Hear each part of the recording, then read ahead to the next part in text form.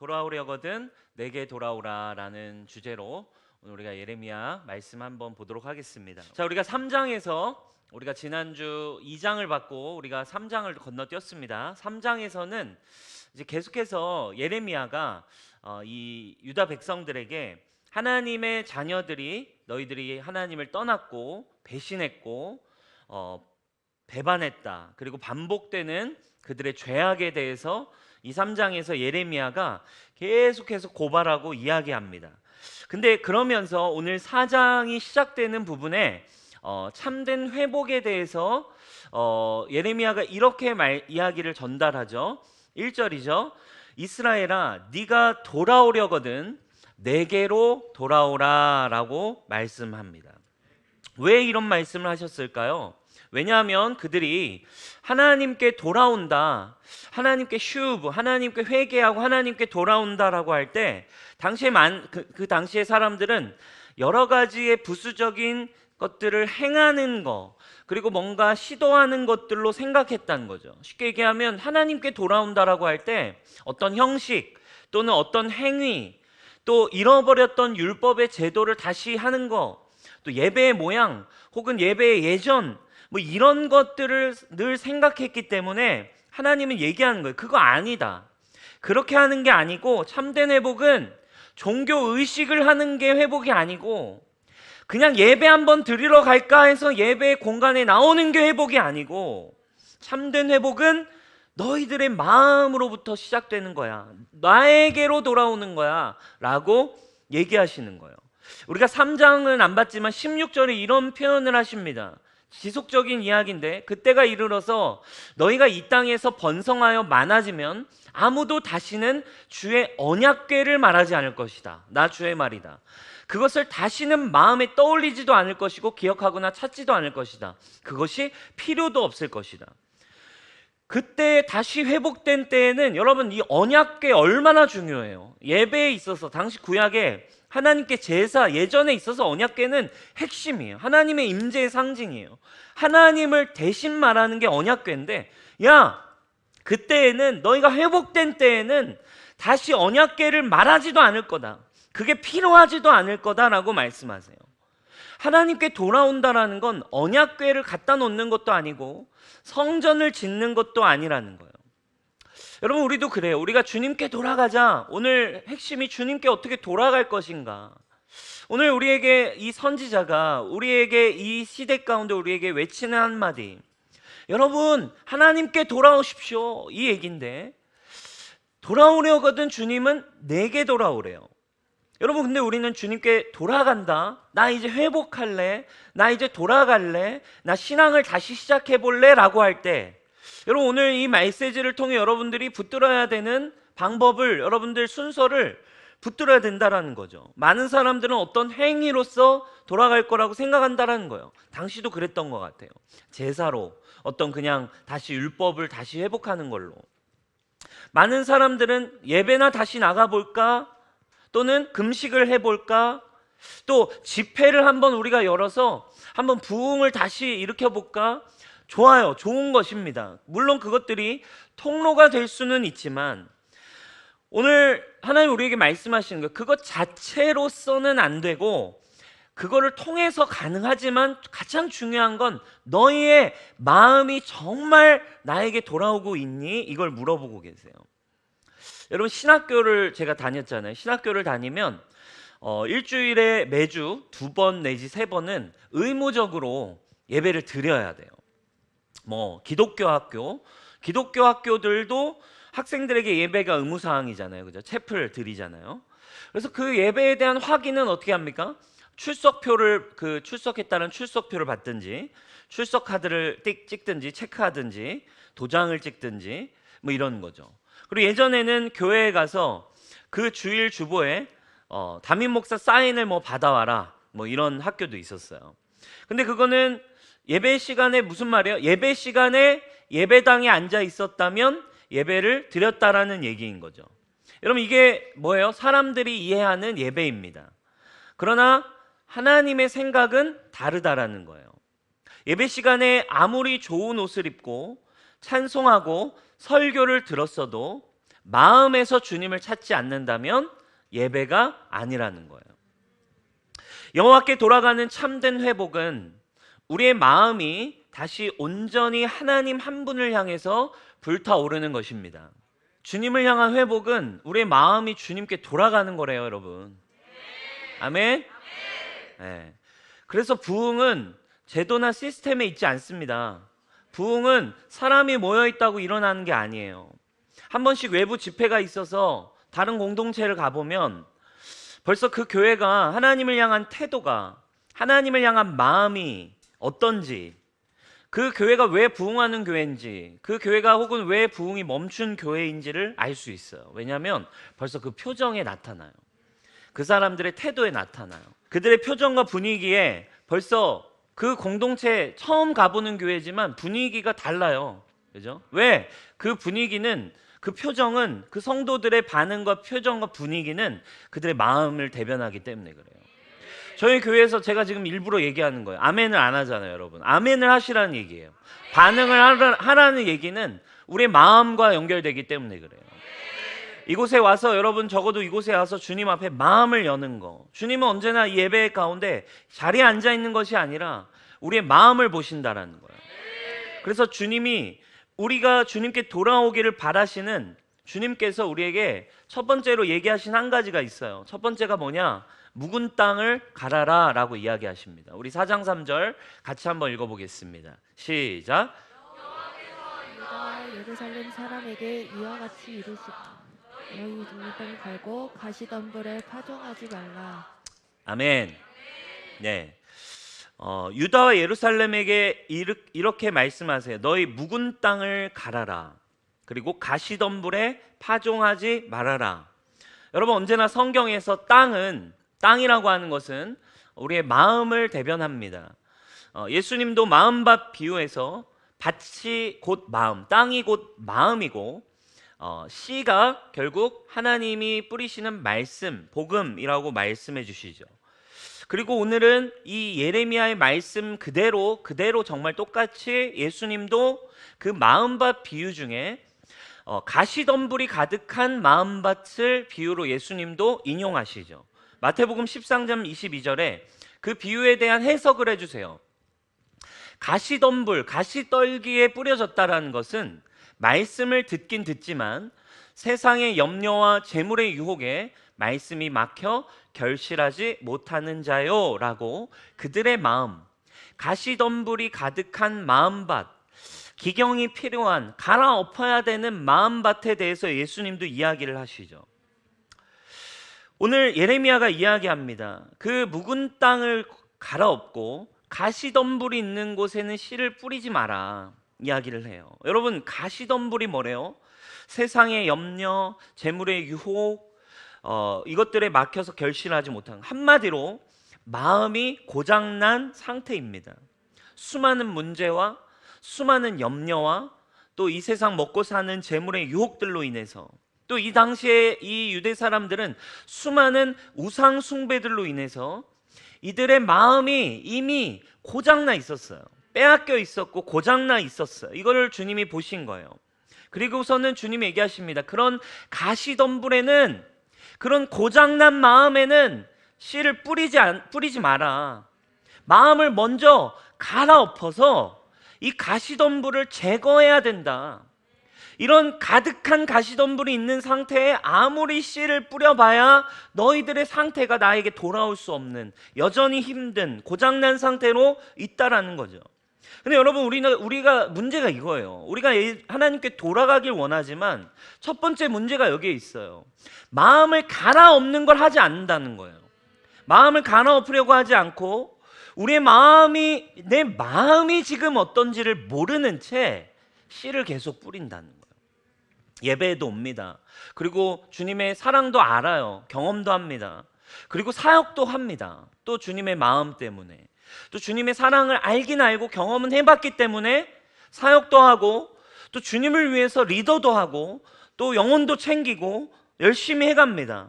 근데 그냥 표면적으로 시간이 지나면서 듣고 뭔가 이렇게 된다고 자기는 괜찮다라고 생각하고 가지만 시간이 지났을 때 문제가 생긴단 말이에요.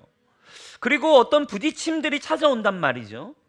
결정적으로 나의 연약함들이 드러나는 순간들에 부딪히는 때가 와요. 좋을 때는 몰라요. 어려운 순간들이 오고 그 상태에서 마음을 딱 들여다보면 어떤 상태인 거예요? 생명이 하나도 그 마음에 뿌려지지 않은 채로 오늘 이 말씀처럼 가시덤불에 그냥 걸쳐 있는, 마음에 여전히 마음을 딱 들여다봤는데 여전히 뭐만 가득한 거예요? 가시덤불만 계속 가득히 있는 거예요. 문제가 찾아오고 어려움이 딱 와서 다시 열어보면 힘든 마음, 어려운 마음, 고장난 마음만을 발견하게 되죠. 그래서 여러분, 오늘 이야기하는 첫 번째, 돌아올 때 네 마음을 기경하여라. 네 마음을 고쳐야 된대요. 그래서 여러분, 하나님은 우리의 마음을 사실 바라보시고 주님의 마음은 이거예요. 아파하세요. 왜? 애초에 사실 주님은 아세요. 우리의 마음이 하나님을 찾을 수 없는 상태가 됐다라는 걸 아시죠? 예레미야 17장 9절에 이렇게 말씀하시죠. 만물보다 거짓되고 심히 부패한 것은 마음이라. 하나님은 이미 우리의 마음이 이미 썩었다라는 걸 아세요. 왜? 애초에 죄로 인해서 하나님의, 우리 지난주 다뤘죠? 하나님의 영광이 상실된 상태. 그래서 로마서에선 이야기하죠. 그래서 결국 그들은 하나님을 마음에 하나님 두기를 싫어해요. 그러니까 죄 때문에 우리는 어쩔 수 없이 본질상 하나님을 마음에 두는 걸 싫어해요, 여러분. 그죠? 그러니까 예를 들면 한 번씩 우리 이런 얘기들 있잖아요. 목사님이 한 번씩 가정에 신방 가고 한 번씩 찾아가면 너무 좋아해요. 너무 반겨줍니다. 왜? 손님이니까.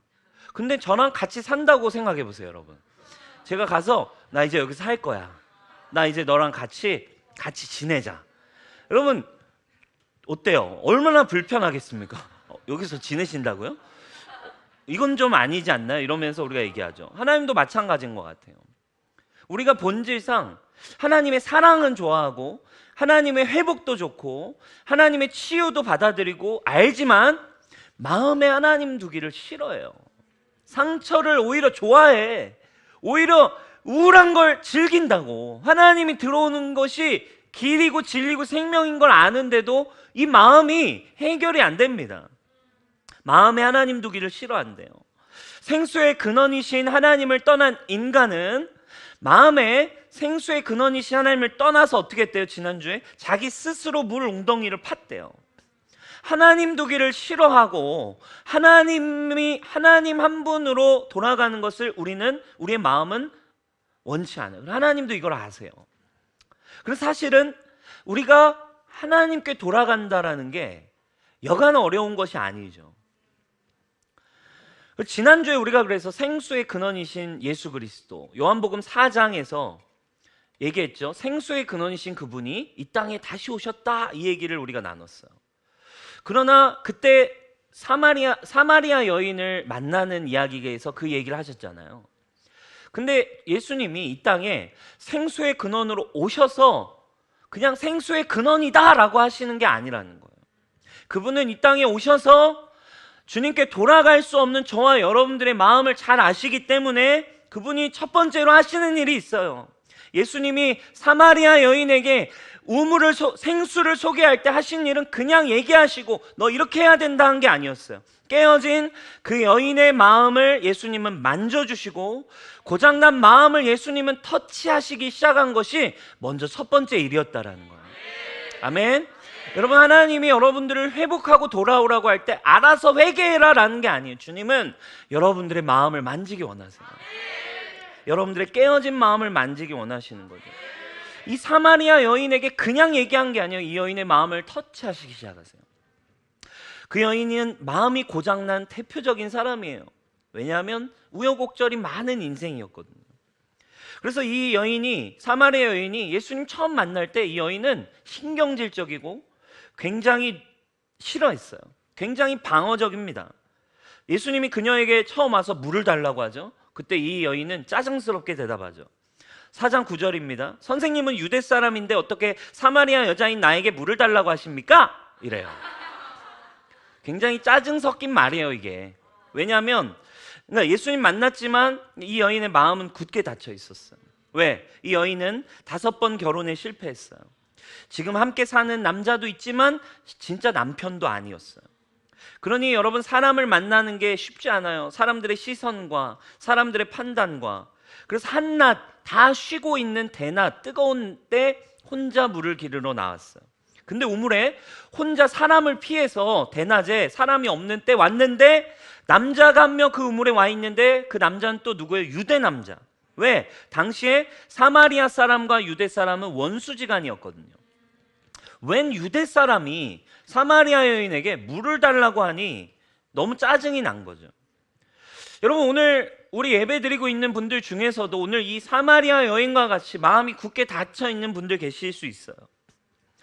나의 삶의 문제로 예수님께 어떤 마음도 생기지 않는 건조한 마음, 하나님을 좋긴 하지만 내 마음에 두는 것은 부담스러운 마음, 나의 삶의 문제 때문에 너무 힘들어서, 혹은 내가 또 지금 고민해야 할 수많은 진로와 재정과 너무 많은 고민이 많아서, 또 아직 내 마음엔 아직 주님이 내 안에 주인이 되길 원치 않아 라고 하는 마음, 뭐가 됐든 그런 마음으로 오늘 그런 사마리아 여인처럼, 혹은 여러분 방어적인, 조금은 짜증나는, 조금은 힘든 상태로 예배에 계신 분들 있습니까? 오늘 사마리아 여인이 그런 얼굴이었어요. 근데 이렇게 마음이 굳어있는, 경계하고 뭔가 이렇게 들어오지 마세요, 오지 마세요, 저에게 다가오지 마세요, 말도 걸지 마, 이러고 있는 사마리아 여인에게 예수님 말씀하세요. 요한복음 4장 14절이죠. 내가 주는 물을 마시는 사람은 영원히 목마르지 아니할 것이다. 내가 주는 물은 그 사람 속에서 영생에 이르게 하는 샘물이 될 것이다. 이 말씀에 여인이 솔깃합니다. 그리고 그 물을 달라고 요청해요. 그러나 주님이 주시는 이 생수는 성령님이 오셔야 되는 것이었기 때문에 주실 수가 없었어요. 이 여인의 마음이 아직은 완전히 닫혀 있었기 때문입니다. 그래서 예수님이 그 여인에게 그 대신 이렇게 얘기합니다. 물을 달라는 여인에게 가서 네 남편을 데려와라 얘기합니다. 그래서 이 여인이 대뜸 전 남편이 없는데요? 라고 대답하잖아요. 뭐예요? 주님이 다가오시지만 내 문제를 드러내는 게 쉽지 않았어요. 마음이 닫혔다라는 말이 이거예요. 여러분, 우리가 하나님께 돌아갈 때에 마음을 닫아요, 자꾸. 그리고서 예배를 드려봤자, 어떤 사역을 해봤자, 어떤 걸 참여해봤자 소용이 없어요. 이 여인이 남편을 데려와봐라 하는데 남편 없는데요? 마음을 닫아요. 자기 자존심 때문인지, 아니면 자기의 어떤 상처 때문인지, 자기의 완고한 어떤 심령 때문인지 하나님께도 마음을 열지 않아요. 리더에게도 마음을 열지 않아요. 문제를 드러내고 싶지 않아요. 마음이 닫혀 있는 상태. 그때 예수님 여인에게 또 이렇게 말씀하세요. 4장 17, 18절이죠. 남편이 없다고 한 말이 맞다. 너에게는 남편이 5이나 있었고 지금 같이 살고 있는 남자도 네 남편이 아니니 바로 말하였다. 충격을 받았겠죠. 왜? 자기는 감추었는데, 자기는 거짓말했는데, 그냥 관심 꺼주실래요? 했는데 자기 마음이 꿰뚫린 것처럼 하나님이 다 아시고 예수님 다 아시고 보시고 계셨던 거예요. 마음이 열렸어요. 마음이 충격을 받았습니다. 그리고 여인이 물어봅니다. 선생님, 제가 보니 선생님은 예언자시네요. 신령한 분이시네요. 그리고 나서 이런 질문해요. 사마리아 여인이 예수님께 예배를 어디서 드려야 돼요? 라는 질문을 해요. 이게 무슨 말입니까? 그동안엔 닫혀 있었던 마음이 예수님이 다가오셔서 그의 문제를 터치하시고 그의 마음을 터치하시자 이 여인 마음 안에 감춰 있었던, 숨겨져 있었던 영적인 갈망이 터지기 시작한 거예요. 예배를 어디서 드려야 합니까? 마음이 열리자 주님을 향한 갈망이 나오기 시작했어요. 예배를 어디서 드려야 합니까?를 묻는다 이거예요. 예배에 관심도 없던 그 여인이 닫혀있던 마음이 상처로 인해, 문제로 인해 하나님께로 돌아가고 싶어도 돌아갈 수 없고 자꾸 거절하고 자꾸 멀리하던 이 마음이 하나님이 예수님 다가오셔서 터치하시자 열렸대요. 그리고 예배에 대한 갈망이 일어났어요. 하나님께 돌아가고 싶은 갈망이 일어납니다. 그리고 예수님 예배에 대해 얘기해 주시죠. 예수님 말씀을 듣던 이 여인이 이제 마지막엔 어떤 장면이 나옵니까? 갑자기 동네로 달려가 사람들에게 외치는 거예요. 29절, 내가 한 일을 모두 알아맞힌 분이 계십니다. 와서 보십시오. 그분이 그리스도가 아닐까요? 그렇게 사람을 만나기 싫어했던 여인이었어요. 왜? 자기 마음 때문에. 그렇게 사람을 피해 다니던 여인이었어요. 사람들에게 방어적이고 상처 주고 어렵게 하던 여인이었어요. 자신의 그 고질적인 문제를 해결할 수 없는 여인이었어요. 왜? 마음의 가시덤불, 고장난 상태 때문에. 그러나 예수님이 오셔서 생수를 그냥 준다라고 생수에게로 와 한 것이 아니라 예수님 그 여인에 대화하시고 그 여인의 마음을 터치하시고 그 여인의 문제를 알아주셨어요. 사람 만나기 싫던 여인이 회복됩니다. 말씀을 들을 때 마음 깊은 곳에 말할 수 없는 감동이 일어나는 느낀 거예요. 하나님은 정말 살아계시다라는 확신이 마음의 감동으로 밀려 들어오기 시작하는 겁니다. 예수님은 진짜 살아계신 치유자이시고 구원자이시고 나를 사랑하신다라는 믿음과 확신이, 회복이 마음 가운데 일어나기 시작했습니다. 그것만으로 그녀에겐 충분했어요. 그녀의 마음이 뒤집어졌기 때문이었어요. 오늘 주님이 나에게로 돌아오라고 할 때 첫 번째, 마음을 갈아엎어야 된대요. 가시덤불이 있는 상태로 씨 뿌리지 말래요. 가시덤불, 네 마음, 이걸 먼저 해결하고 이거를 갈아엎은 뒤에야 넌 진짜 내 마음, 네 마음 안에 내가 들어갈 수 있는 거예요. 왜? 우리는 하나님 두기를 싫어해요. 상처 때문에 힘든데 상처 때문에 하나님을 멀리한다. 오늘 말씀 준비하는 중에 우리 오늘 찬양 인도했던 우리 이예림 리더가 떠올랐어요. 우리 이예림 자매는 그냥 원래 열정이 있는 자매예요. 그냥 원래 열정이 있고 자기가 하고 싶은 거는 열심을 다해서 하는 자매입니다. 그냥 하기 싫은 건 열심히 안 하죠. 반대로. 그러니까 이제 열정이 원래 있는데 열정으로 사역을 이제 하지만 늘 이제 어려움에 부딪히는 거죠. 관계에 부딪히고 사람들과의 관계에 막 부딪히고 상황에 부딪히고 막 두려움에, 자기 내면에 있는 두려움 때문에 부딪히고. 주님을 사랑해서 사역도 하지만 매번 사역이 풀어지지 않는 거예요. 사역을 하는데 사역이 풀어지지 않고 잘 되다가 어떤 문제들이 생기고 그리고 자기의 마음이 점점 어려워져 가는 거죠. 사역도 하고 예배도 하고. 근데 점점 저희 교회 네트워크 리더니까 근데 시간이 지날수록 문제는 이상하게 이런 문제가 반복될수록 오히려 우울증 환자처럼 힘든 시간을 보내는 거예요. 모임 오면 막 모자 이렇게 눌러 쓰고 약간 소라게처럼 이러고서 이제 와 있고 너무 힘들어하고 어려워하는 거죠. 주님 사랑해서 이거를 하는데 어려움이 더 커져가요. 그러던 중에 같이 이제 하나님께서 이 자매의 내면과 마음을 주님 안에서 이제 보게 하신 거죠. 아직도 근데 마음을 열어보니까 열심히 사역했고 열심히 주님 안에 있고 교회 안에서 살고 리더고 살아가는데도 마음 안에 아직도 갈아지지 않은, 열매 맺지 못하게 하는 이 가시덤불들. 지금까지 하나님의 사랑도 알았고 주님을 위해 산다라고도 경험하고 느꼈지만 사역도 했지만 이게 웬일? 마음을 딱 열어보니까 온통 고장나고 깨어진 것들로 가득한 거죠. 이걸 본인이 이제 깨닫기 시작한 거예요. 하나하나 마음을 갈아가는 작업을 하나님이 이 자매에게 시작하시기 시작했어요. 오늘 이 사마리아 여인처럼 하나님이 이 자매의 마음을 터치하시기 시작해요. 그리고 이 자매 안에 있던 모든 것들을 예수님이 가서 이야기하시기 시작하는 거예요. 마음을 다루시기 시작하는데 하루는 와서 얘기하는 거예요. 목사님, 이 마음을 들여다보고 예수님이 진리 안에서 마음을 들여다보는데 하루는 이게 떠올랐대요. 중학교 때 공개적으로 친구들에게 따돌림을 당한 사건이 확 떠오른 거예요. 사람들 다 있는 곳에서 공개적으로 따돌림 당한 사건. 친구들과 관계를 해갈 때 깨어졌던 친구들에게 늘 이제 따돌림을 당하고 깨어졌던 이런 문제들, 학창 시절에 자라오면서 관계가 깨어질 수밖에 없었던 자기의 문제들을 자기도 잊고 있고 때로는 자기도 모르고 있었던 그 마음을 예수님이 오셔서 만지시기 시작한 거예요. 너무 아프겠죠. 힘들었겠죠.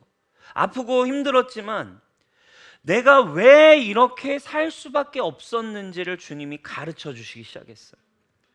내 주변의 문제라 생각했고 저 사람 문제라 생각했고 상황이 문제라 생각했는데 사실은 내가 고장났다라는 걸 주님 안에서 인정하기 시작한 거예요.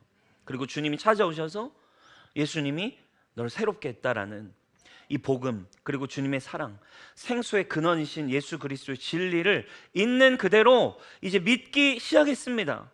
그리고는 이 자매의 마음이 정말 부드러워졌어요. 예전엔 정말 사마리아 여인처럼 굳어있고 딱딱했고 어려웠는데 사역을 하다가 문제가 터지는 그 순간에 열어보면 결국 아무것도 열매 맺을 수 없는 가시덤불과 같은 마음이었는데 이제는 그녀의 마음이 이제 정말 열매 맺는 예수님의 마음으로 바뀌고 있다고 저는 확신합니다. 그리고 작년 올해의 팀상까지도 받게 됐어요. 그죠? 여러분, 제가 이런 얘기를 할 수 있다라는 게 그녀의 마음이 부드러워진 거예요. 제가 얘기도 안 했어요. 이런 얘기 할 거라고. 얘기도 안 하고 그냥 얘기하는 거예요. 근데 이렇게 할 수 있다는 것 자체가 부드러워진 거예요. 예전 같은 만약에 제가 이 얘기를 했다 그러면 이제 소라게 딱 이러고 이제 마음 어려워졌고 막 이제 막 그랬겠죠. 제가 이 얘기를 할 수 있다라는 것 자체가 마음이 부드러워지고 갈아졌다라는 뜻이에요. 사랑하는 여러분, 주님이 여러분들의 마음 잘 아세요. 근데 여러분 자꾸 주님을 밀어내지 마세요. 돌아가는 거 여기 예배한다고 돌아가는 게 아니에요. 사역을 하면 돌아가지겠지 아니에요. 첫 번째는 우리의 마음이 주님께서 여러분 다 아세요. 주님의 마음 앞에, 주님 앞에 여러분 치유되고 회복되는 여러분 되시기를 주님의 이름으로 축복합니다. 두 번째로 우리가 마음을 새롭게 하는 솔루션, 그 다음은 무엇일까요? 두 번째, 하나님 이런 말씀하세요.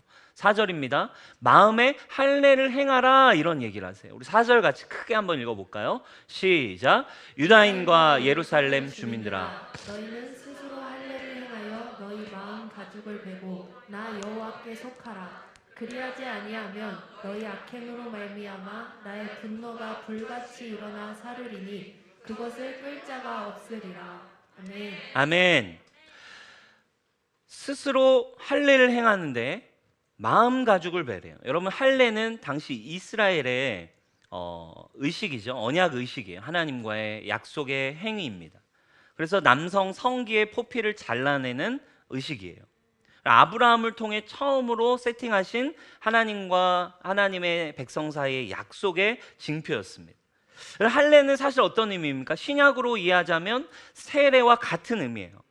이전 것, 세상에 속한 것을 잘라내 버리고 하나님의 약속 안에 나는 이제 언약의 존재가 됐고 믿음으로 사는 존재가 됐으며 하나님의 약속 안에 새로운 존재가 됐음을 이야기하는 의식이 할례인 거예요. 그러니까 신약으로 따지면 세례와 같은 의미죠. 그러니까 흥미로운 건 이스라엘 이 백성들이 태어난 지 8일째가 되면 할례를 행합니다. 근데 8일째 할례를 행할 때 뭘 같이 하냐면 이름을 그때 지어줘요. 자, 우리 말씀에 여러 가지가 나오죠. 처음에 아브라함이 이삭을 통해서 세팅을 했어요. 아브라함이 이렇게 합니다. 아브라함이 그에게 태어난 아들 곧 사라가 자기에게 낳은 아들을 이름하여 이삭이라 하였고 이삭이 난 지 8일 만에 하나님 명령하신 대로 할례를 행했더라. 자, 이제 이스라엘 백성들이 어떻게 이거를 하기 시작합니까? 예수님도 똑같았어요. 할례, 누가복음 2장 21절, 할례할 8일이 되매 그 이름을 예수라 하니 곧 잉태하기 전에 천사가 일컬음 바로라. 8일째 할례할 때 이름을 예수라고 지었대요. 자, 누가복음 59장 요한이 태어날 때 장면이에요. 8일이 되매 아이를 할례하러 와서 그 아버지의 이름을 따서 사가랴라 하고자 하더니 어머니가 대답하여 이르되 아니다, 요한이라고 이름을 해라 라고 했대요. 8일째. 자, 아기가 태어나서 8일째가 돼서 할례할 때 이름을 붙여줍니다. 이 이름은 유대인에게 이 이름은 그래서 굉장히 중요한 거예요. 할례와 함께 이름을 주는 거예요. 유대인에게 그래서 이름이라는 건 굉장히 중요한 정체성이에요. 그 이름은 결국 하나님 안에서 너는 이런 존재야, 너는 이런 정체성이야 라고 그 존재의 의미를 부여하는 그 정체성이고 그 존재에 대한 하나님 안에서의 약속이고 믿음이었던 거예요. 그러니까 예를 들면 바디메오 같은 경우에는 아들이에요. 디메오의 아들이라고 불렸어요. 이름도 없는 안진뱅이. 얼마나 그가 깨어진 존재인지를 우리 알 수 있는 것처럼 이름은 너무너무 소중한 존재인 거예요. 할례할 때 하나님 안에서 네가 이런 존재다. 여러분, 할례할 때 이름을 줬다는 건 뭐예요?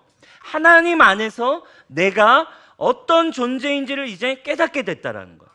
근데 여러분, 오늘 우리가 보고자 하는 건 이 육체의 할례가 아니라 마음의 할례를 하래요. 그러면 여러분, 마음의 할례는 무슨 뜻일까요? 여러분, 근데 흥미로운 건 창세기 17장에 아브라함이 처음으로 할례를 받잖아요. 하나님과 약속을 하고 할례를 행해라. 근데 아브라함은 아기 때 할례를 받지 않았죠. 성인이 돼서 할례를 했습니다. 근데 그때에 아브라함에게 성인이 돼서 했는데 그때 하나님이 아브라함에게 새 이름을 주신 거 아십니까? 아브라함에서 할례를 행할 때 아브라함으로 하나님이 이름을 주셨어요. 세상의 것을 잘라내면서 아브라함에게 이제 너는 하나님 안에서, 하나님의 약속 안에서 새로운 존재가 되었다는 의미로 하나님은 아브라함을 아브라함이라는 새로운 존재로 새롭게 세팅하셨어요. 마음의 할례를 받으라는 것은 여러분, 우리도 마찬가지예요. 우리에게 새로운 존재가 되었다는 것을 믿으라는 약속을 주셨다라는 거예요. 이게 오늘의 결론입니다. 오늘의 말씀이 마무리입니다. 여러분, 우리에게 찾아온 복된 소식이 있어요. 이제 우리의 마음에 할례를 행할 수 있는, 마음의 할례를 행할 수 있는 기쁜 소식이 찾아왔어요. 뭐예요? 예수 그리스도의 십자가의 복음이 나타났어요. 그리고 우리는 그 약속으로 할례가 아니라 동일한 새로운 정체성으로 우리에게 주시는 세례를 우리는 받습니다. 세례는 할례랑 똑같은 의미인 거예요. 표피를 뱀으로 세상으로부터 이제 내가 떠나서 하나님 안에 새로운 존재가 됐다, 새로운 이름을 받았다라고 하는 것처럼 세례는 무엇입니까? 로마서 6장 4절 우리 같이 한번 크게 읽겠습니다. 시작. 그러므로 우리가 그의 죽으심과 합하여 침례를 받음으로 그와 함께 장사되었나니 이는 아버지의 영광으로 말미암아 그리스도를 죽은 자 가운데서 살리심과 같이 우리로 또한 새 생명 가운데서 행하게 하려 함이라. 아멘.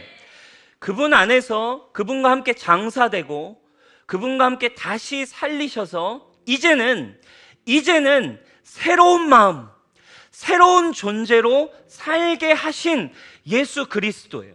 여러분, 주님이 우리를 돌아오라고 하실 때 오늘 이 예레미야의 이야기는 굉장히 구약의 시대 답이 없습니다. 이들은 심판을 받아야만 했고 돌아가고 싶지만 돌아갈 수 없는 상태예요. 그래서 주님은 사실 이 예레미야를 통해 뒤로 가면 새 마음에 대한 새 언약을 주시는 거예요.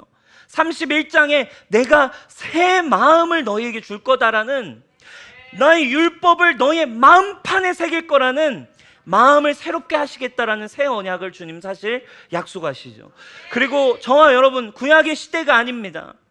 돌아갈 수도 없고 결국 그 고생을 해야만 깨닫게 되고, 그것도 깨닫는 게 아닌 결국 죄의 저주에서 해방될 수 없는 상태가 아니라 예수 그리스도를 보내셔서 오늘 우리가 마음의 할례를 가능하게 하신 예수 그리스도가 오셨어요. 그래서 우리는 예수 그리스도와 함께 죽고 그분이 죽으심과 함께 동참했을 때 우리는 이제 새로운 이름을 받습니다. 너희는 그리스도 안에서 새로운 피조물이라. 이전 것은 지나갔으니 보라 새 것이 되었도다. 이것이 우리에게 주신 새 마음이에요. 마음을 치유하는 방법은 이거예요. 여러분 기억하십시오. 고장난 거 고쳐서 쓰는 거 아니에요. 하나님의 방법은 여러분들의 상처와 여러분들의 문제를 회복한다 할 때 착각하지 마세요. 고치는 거 아니에요. 그거 완전히 버리고 내가 너에게 준 새 거가 있어. 상처받지 않고 새롭고 온전한 자유와 진리의 새 마음을 너에게 주었어. 네가 살아가는 것은 이 마음으로, 이 믿음으로 너에게 새로운 걸 줬다라는 믿음으로 사는 거야. 내가 그리스도와 함께 십자가에 못 박혔나니 그런즉 이제는 내가 사는 것이 아니요 오직 내 안에 그리스도께서 사시는 것이라. 이제 내 육체 가운데 사는 것은 나를 사랑하사 나를 위하여 자기 자신을 버리신 하나님의 아들, 그분의 믿음, 그분이 주신 새 마음을 가지고 살아간다 이거예요. 똑같습니다. 여러분, 마음의 회복은 주님께 돌아가는 건 여러분들의 상처를 발견하셔야 돼요. 여러분들의 가시덤불을 열어서 예수님이 보게 하셔야 돼요. 그리고 그거 예수님과 함께 예수님 터치하실 때, 예수님 치유하시고자 하실 때, 여러분들이 새롭게 하고자 하실 때, 너 나를 믿니라고 하실 때 예수 그리스도의 십자가 앞으로 가는 거예요. 그리고 그분이 새롭게 하심을 받아들이시는 거예요. 그리고 우리가 할 게 없어요. 그걸 볼 때 주님 위로해 주시고 우리에게 말씀하십니다. 딸아, 아들아, 참 힘들었겠다. 딸아, 아들아, 너무너무 고통스러웠겠다. 딸아, 아들아, 이 문제가 너무너무 너에게 짐이 되고 힘들겠다. 주님이 여러 방법으로 이제 얘기하시겠죠. 그러나 수고하고 무거운 짐 진 아들아, 딸아, 그냥 내게로 와라. 딸아, 너무 힘들었겠다. 그러나 너 그거 믿니? 네가 힘들지 않게 하기 위해 내가 대신 네 이름표를 달고 이미 죽었어. 네가 나를 믿는다는 건 너의 이 모든 것도 십자가 위에서 올라가서 함께 끝났고, 네가 나를 믿는다는 건 이제 네가 사는 건 내가 준 새 거 가지고 살아가기만 하면 된다라는 거야. 이것이 우리에게 주신 새로운 마음이에요. 여러분, 날마다 그리스도께로 돌아오는 거, 그리고 그분 안에서 새 마음으로 날마다 이곳에서 새롭게 시작할 수 있는 거. 적어도 여러분 일주일에 한 번 이 예배에서 그걸 경험하셔야 돼요. 예수님 여러분들의 마음을 터치하시고 공감하시는 예수님 앞에 나오셔서 있는 모습 그대로 내어주시고, 그런 나를 위해 새롭게 하시고, 이전 것은 다 지나갔다라고 말하시고, 고치자라는 게 아니야. 이건 끝났어. 너에게 새 것만 줄 거야. 나는 새 마음을 가지고 살아나가셔야 된다 이 말이에요. 아멘. 그게 여러분 우리에게 주신 주님의 회복입니다. 여러분, 주님이 오늘 우리에게 돌아오려거든 내게 돌아오라 말씀하세요. 첫 번째, 마음을 갈아엎어야 된다. 우리의 문제가 무엇인지, 지금 내 안에 남아있는 가시덤불이 뭔지, 왜 여러분 열매 맺지 못하고 계신가요? 왜 여러분 계속 똑같은 문제 앞에 예배는 예배고 주님 사랑은 주님 사랑인데 그 부분만 탁 오면 왜 여러분들은 자꾸 어려워지시나요? 우리 안에 있는 가시덤불이. 예수님이 그거 직면하게 하세요. 그리고 그 다음 방법은 우리의 마음에 할례를 행하게 하세요. 그리스도 안에 연합되어서 이전 것은 지나갔고 너에게 새 마음을 주었다라는 이 연합이 우리 안에 일어나기 시작할 때 여러분, 우리의 마음은 새로워질 수 있습니다. 마음을 여러분 새롭게 하시기를 축원합니다. 얼마 전에 제가 건강검진을 받았어요. 근데 진짜 그런 시간이 있는 것 같아요. 대장 내시경을 이제 받아야 되니까 금식을 해야 되잖아요. 금식도 하고, 그리고 그 대장을 이제 구석구석 이제 살펴봐야 되기 때문에 이제 잔여물이 있으면 안 되기 때문에 장청결제를 복용해야 돼. 그래가지고 하루 전에 그 약을 넣어가지고 이 장을, 그냥 저의 장을, 여러분 죄송합니다. 예. 내용은 좋지만 좀 더러워요. 그렇지만 여러분 이 장을 구석구석 그냥 이 장에 잔여물이 하나도 안 남게 이 장 청결제가 들어오면 막 화장실을 막 계속 가는 거예요. 그리고서 막 이제 이제 쏟아냅니다. 이 제 안에 있는 것을 거침없이 제 안에 모든 것을 그냥 깨끗해질 때까지 이제 쏟아내는 거죠. 장청결제를 복용하고 나서야 모든 것이 다 비워낸 뒤에야, 깨끗해진 뒤에야 카메라가 들어와서 보여요. 뭐가 문제였는지.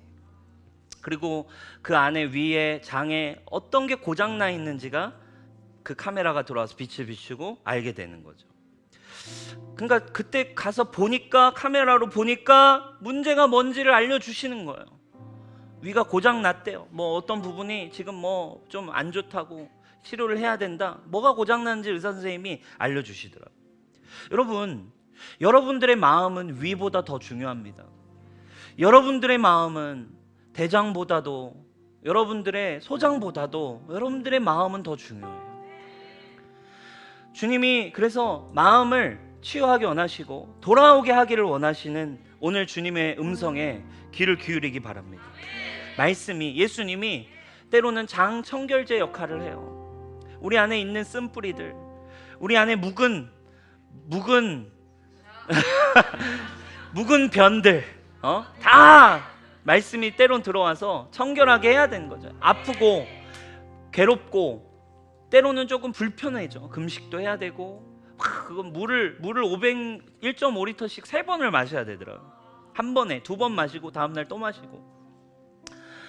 힘들지만 말씀이 우리 안에 들어올 때, 예수님이 우리에게 빛을 비추실 때 우리의 상태가 드러나는 거죠. 그럼 비로소 우리가 깨끗해질 때 빛이 들어올 수 있고, 진리 앞에서 내가 무엇이 문제였는지를 우리는 보게 되는 거예요. 그리고 우리는 이야기를 듣게 되겠죠. 상태가 안 좋구나, 상태가 안 좋습니다. 그때 우리가 해야 할 질문이 있습니다. 그럼 제가 질문을 했어요. 위 궤양이 좀 있대요.